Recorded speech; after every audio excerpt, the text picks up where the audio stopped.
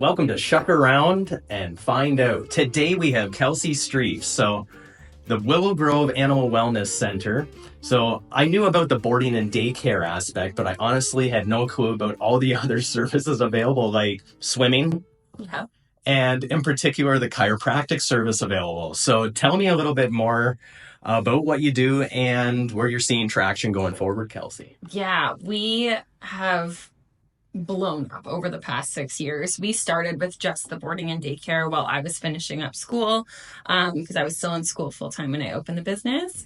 And we have continuously grown year after year. So we introduced physical rehabilitation, which is kind of like physiotherapy, but for animals. We introduced chiropractics, massage therapy. We do assistive devices like prosthetics and wheelchairs. We have a behavior team in our facility. We have our 22-foot heated indoor pool where you can rent it out and swim your own dog. I love that. I know, it's so fun. And so basically we're just this 7,200 square foot state-of-the-art facility that does everything from pediatric to geriatric, and we have fun the whole way through. Where we're gaining traction everywhere. Our boarding and daycare has gained traction right from the get-go. That is our core business, is the boarding and daycare. Our specialty services tend to wax and wane with the economy, the seasons, and the injuries that we have. My busy season is usually in the spring and in the fall, and then we drop off for the summer and drop off for the winter usually. But this winter we've had more patients than we've ever had. Right. So I think we're just gaining traction on all the fronts. We just continuously change direction and continue to push ourselves forward. So I think that change is what's actually driving our impact. Cool. Now, you mentioned prosthetics, and there was a cheetah involved. Yes. You gotta elaborate a little bit. So I actually didn't start in small animal medicine. Okay. I started in wildlife. Okay. And my core passion and stuff that I really enjoy doing is actually in conservation. And so it just wasn't sustainable as a long-term career. Right. But I actually went to South Africa and worked in some genetics and conservation, some really, really cool projects down in Johannesburg, South Africa, and in Kruger National Park as well. And so the actual first prosthetic and the first little touch of rehab I ever had was actually working with a cheetah. It was awesome. That's cool. Okay, so on Shuck Around, we eat oysters because oysters are a passion of mine. It's one of the things that we're building a business around. So Amazing. you had told me you've eaten oysters once in In my Chile. life. In Chile. Yeah. That's awesome. So the first one I want you to, we got sauces. These are just normal things you would see, but I really like people to get the taste of just the oyster. Okay. Sound good? Sound good. All right, so grab one. We do a quick little cheers and couple chews down the hatch. Slide it back. Yep. I don't think I actually got the oyster. Oh, you have to, use a spoon then. It was a big oyster. Oh, that's because I didn't cut it perfect enough. Wow, Chris. Right off the bat.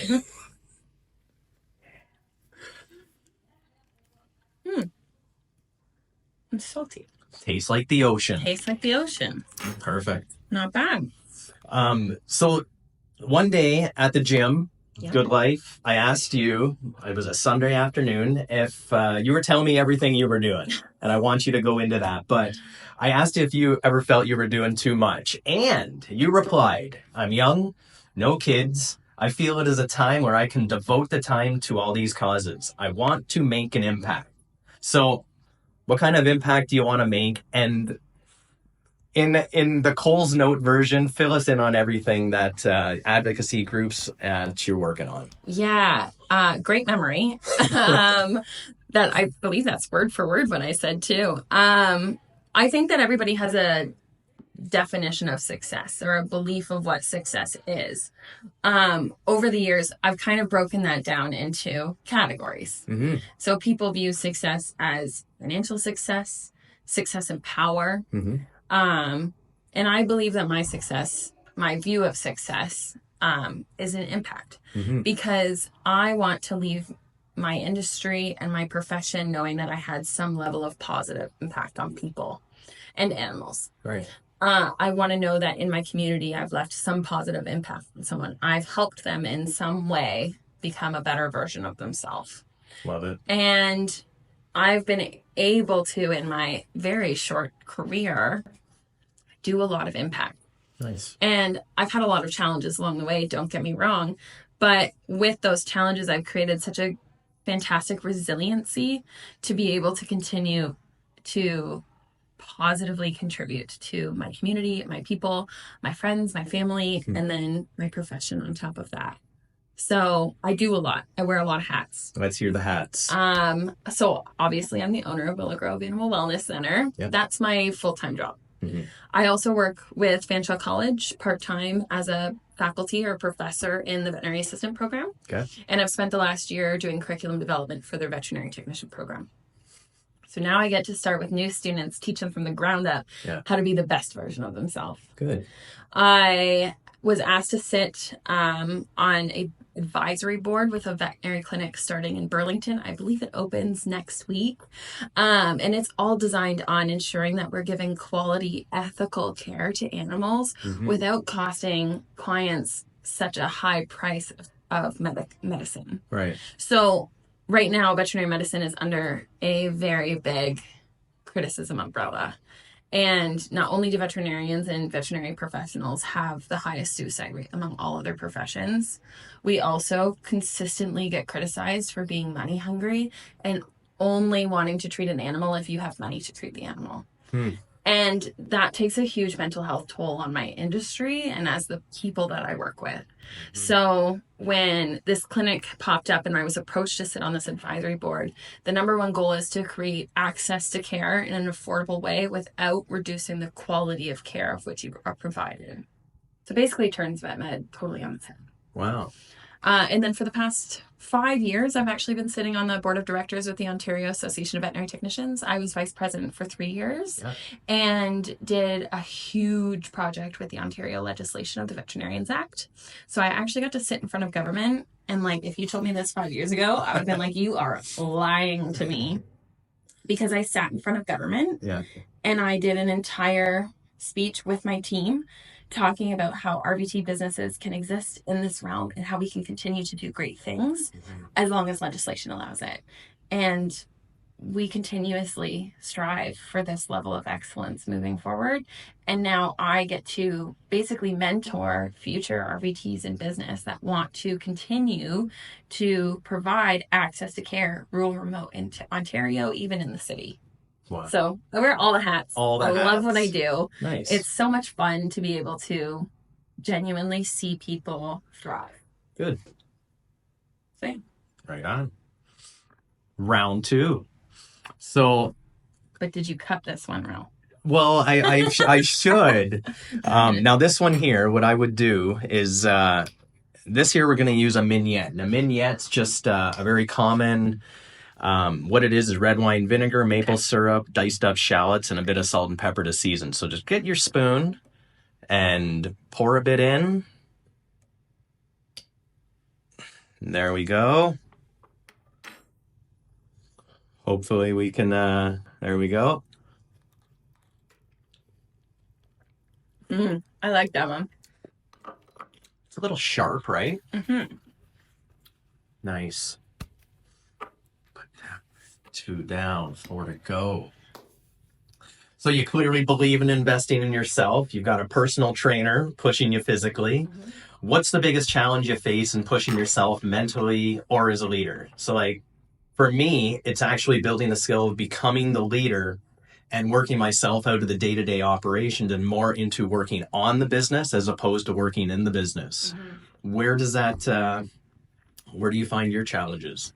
I think this question is really, really interesting because I don't go to the gym to push myself physically. Right. I go to the gym because it's my 2 hours a week where I don't have to think. And someone tells me what to do. Shout out Amy, tells me what to do all the time. Does not listen to me complain. But it's not even about the physical piece of it. It's about the ability for me to walk away and just be a human outside of my business. Right. And so that's why I choose to go to the gym and to work with a personal trainer. I get to maintain my body physically. I work a physical job. But I actually just don't have to think for 2 hours of the week. Someone just tells me what to do. In terms of challenges, I've had my fair share right from the get-go. I opened my business when I was 23. Yeah. I'm also a girl. And while I don't like to focus on gender biases, and I don't think that a gender bias predicts my success, these are challenges that we as young female entrepreneurs genuinely interact with consistently. I don't know how many times I've been asked, what happens to your business when you get married and have kids? What are you going to do when, like, how are you going to be a mom and run a business? Well, my mom's done it for 25 years and she's a damn good mom. Right. So I've had lots of people helping me with those distractions and actually refocusing. So in terms of the challenges that I really face, a lot of it has to do with my age. When you think about a leader or people that you follow on social media that you are like, oh my gosh, they are so successful. They do all of these things. Most of them are over the age of 40. Yeah. I'm 29. Right.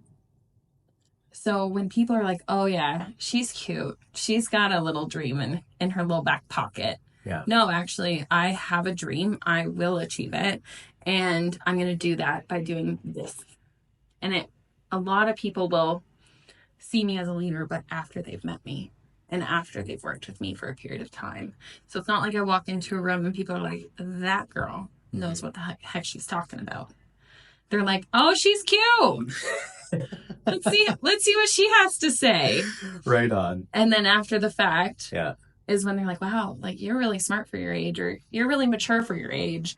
And I'm like, okay, so like, let's just talk about my age at this point. Like, so when I walk into a room, I immediately identify myself as the baby of the room. Yeah. So we can get it out of the way. Yeah. And that's like the easiest way to navigate those challenges is to be, the way that I described it to someone a little while ago was I stand out anyway. I'm always the youngest in the room. I have blonde hair, blue eyes. Like, I stand out. Yeah. I get that. So I'm just going to be outstanding. And we'll talk about it after. Yeah. Because I don't have an option to hide in the background. I don't have that option. So I'm just going to be loud. And I'm just going to say what I have to say. Because the worst you can say is no. Yeah. So I'm just going to do it. So let's go on the coaching aspect. You've been getting coached though by your parents by being immersed in, like they've been coaching you for these moments your whole life since I was born. Right. So you got fitness coach to deal with that side. You've had your family to coach you through. I'm sure there's trials and tribulations. You can go bounce off them anytime. Yeah. Now you mentioned goals. Now it's funny you came right into this. So the next question, because you've accomplished a lot at a said young age, 29. So tell me a bit, think about your goal setting process, because I'm a huge fan, like ask Garrett, on setting goals and constantly tweaking my process. So I'm curious to hear what others' views on goals. Like, what is one of your big goals? And, the one that you might be afraid to say here, but it could be physical, it could be spiritual, business, philanthropic. What's some people call it a BHAG, a big, hairy, audacious goal? Personally, my number one goal is to do all 7 continents. Okay. I have 2 left. Oh, so you got time. So I got time. I'm going to do it. I want to do it.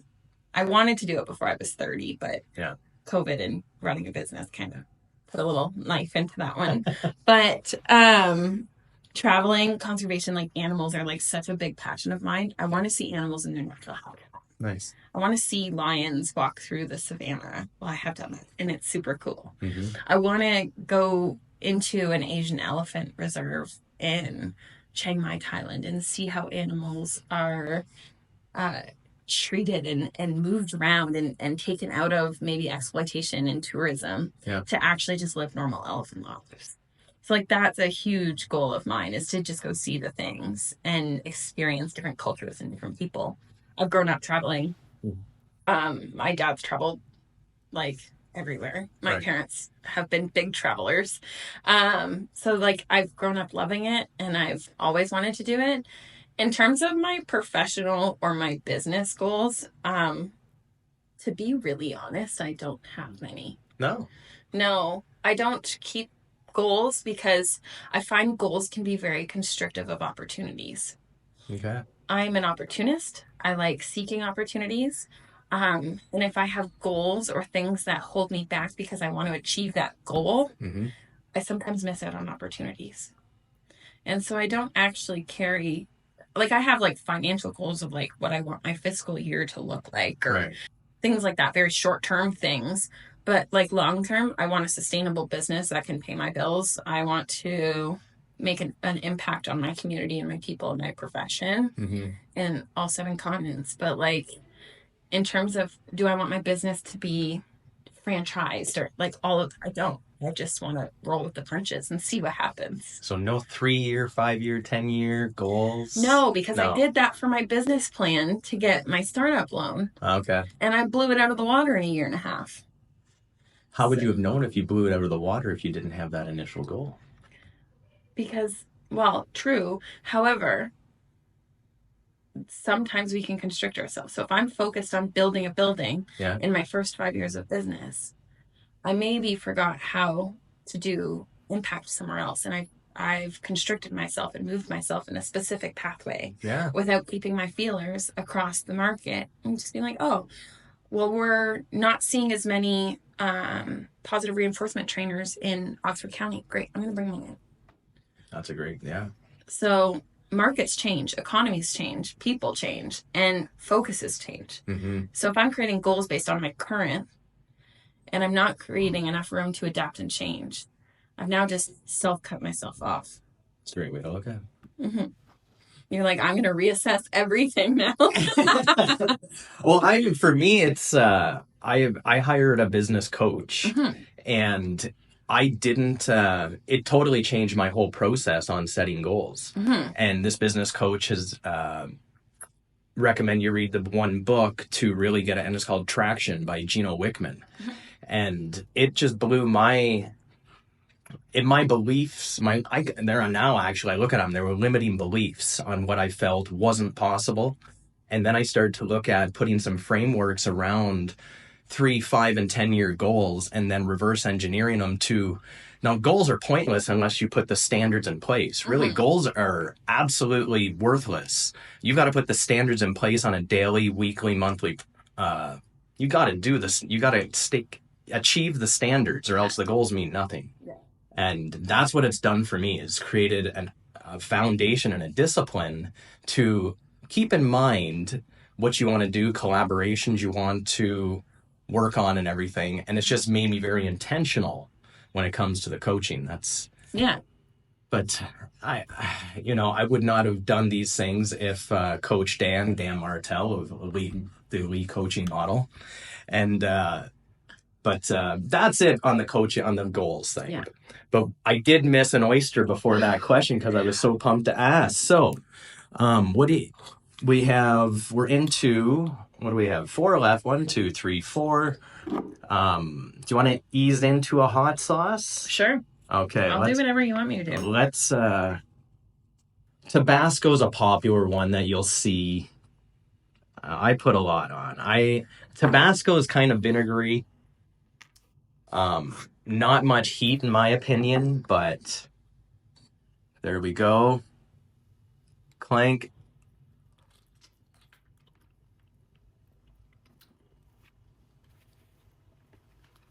I feel like that hides the flavor of the oyster. It does that. Like if you don't like oysters, you smother it in Tabasco sauce. Right, and that's funny because a lot of people don't even touch these. They just want to eat fresh oysters. Mm-hmm. So I really like the vinegar is still my favorite. the mignette. Yeah. Perfect. If someone were to come to you and buy your business today, I like the text from last night. If someone was to come in and buy your business today, what do you think is the first thing that they would change? So again, for me, it would come down to training my employees. I'm a big believer in scripts, especially in the sales process. and recipe ideas for them to have on hand when a customer comes in about a harder to explain fish to cook. So we're a constant process, iteration after iteration. What would it be for you? Somebody's going to walk in, buy your business. What do you think the first thing that they would change? I still don't have an answer for this. I hope a lot. Right. Because everybody runs a business differently, and everybody's going to run what they want to the way that they want to, because that's what makes us entrepreneurs. Their own playbook. We're our own people, and we're going to make the decisions. Right. So I hope they change a lot, because I think that if they walked in and bought my business and didn't change something, I would judge them. True. Like, I'd be like, oh, you're doing that wrong. Oh, you're doing that wrong. And that's because I hold that business so closely to me. Yeah. I built it from the ground up, quite literally. Yeah. And so I hope they change lots. If there was one thing I wish I could continuously change, is the automation. Mm-hmm. I would love to automate everything that comes in, so you can come in, well, you're sent all your paperwork before you get in, you can sign it all, and then it's automatically uploaded into your profile. All those notes are put into your profile, similar to like a medical record, where everything just becomes right there in front of you. Fluffy didn't do very well in boarding last time, so we recommended trazodone. So then it automatically triggers, and we go, hey, did Fluffy have trazodone for this time? Even like dogs that are in our facility, I would love to be like checklists automated, where we can be like, yep, they peed, yep, they pooped, yep, they got food, yep, they ate their food, no vomiting. Like, all of those daily checks that we do is all on paper right now. Yeah. I'd love to automate it. We do need internet to do that, and we don't have very good internet because we're rural, and rural people don't have good internet. Starlink is now in Canada. Starlink is an American company. Still in Canada. Space is not, I don't put a geographic thing on space, but it's something that I've looked in, because we have shitty internet too, in being rural, and it's an option. But I see a coaching moment here, and the fact that there's a goal set right there in your last answer, and the fact that I'm trying to, CRM comes to mind right away. Yeah. You would have a CRM, but for Fluffy. Yeah. And you could integrate AI. I know is a buzzword right now, but we have a goal here where I'm going to integrate AI into certain things in a certain period of time, because AI will take care of a handful of those things. Yeah. But there's a goal. Yes, I agree. If we could get fiber optics internet, that would be great. And then if someone wants to build that software, that would be great too. Build the software. I'm not that smart. Yet. Let me hang out with dogs all day. I can tell you all the muscles, ligaments. I can tell you all the problems. I'll leave software to someone else. Right on. Now this one here, I haven't had for a while, and there's no lid on it. And I'm going to just go with like that much, and that might even be too much. Okay, so I'm gonna die. Are you a hot sauce fan? Do you like hot stuff? I pretend to. This one's a surprise to me. It has been so long since I've had it. So good luck.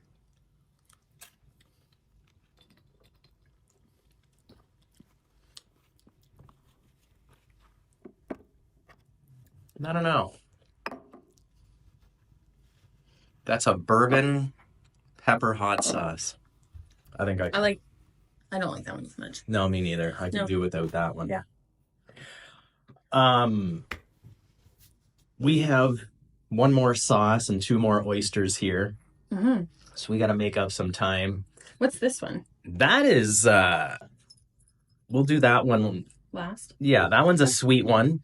Okay. So this one here is one thing that we started to green Cholula, and I have to point out we started a service called Shucker for Hire, and Shucker for Hire is simply we were asked to do a wedding by a winery last fall, and it went over amazing. We took out Chef Courtney, and we were given 55 minutes to set up, 5 minutes on the front, 5 minutes on the back to clean up. And between the two of us, we shucked almost 300 oysters in a very, very short period of time. And this, it's coming back to this, is the father of the bride who's wanted this for the wedding. This is the only thing he requested, is green Cholula with his name on underneath the table for when he came. So, Yeah. And ever since, he introduced me to this. And really? I have never. It's good. Oh my God. I put this shit on everything. It's great on eggs. There you go. My partner might introduce me to this when he lived with a whole bunch of guys. They had this in their fridge. Right on.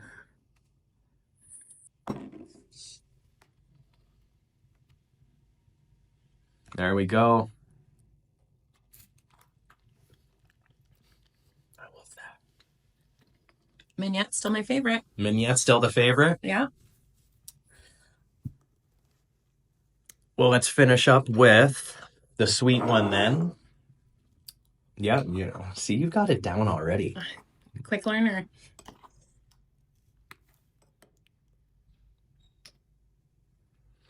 So this is one to finish off, nice to finish off with. It's sweet. So this is just a regular cocktail sauce. You would most typically go with like a shrimp ring or something like that. But we make this one in-house.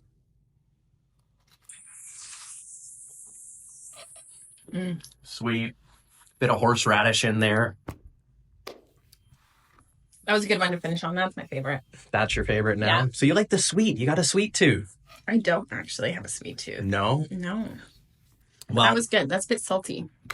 Thank you for so much for coming in and trusting us with this over this flight of oysters. We had a great time. But to wrap up here, you got a camera there, a camera there. Now tell us what you're working on and what we can expect from you in the future and where we can find you, Kelsey. Amazing. So you can find us on all of our socials. We have Facebook, Instagram, we have TikTok. We use it sometimes, but we do just have a lot of fun at our facility. So you can definitely find us on our socials. Our handle is Willow Grove AWC.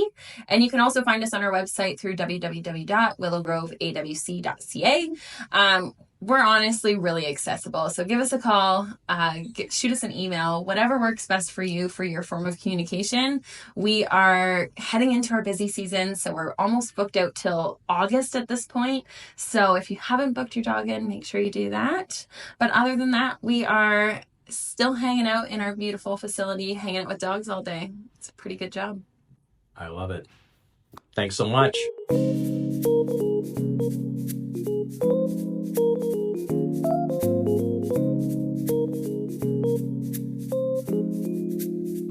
Oysters are good. There you go.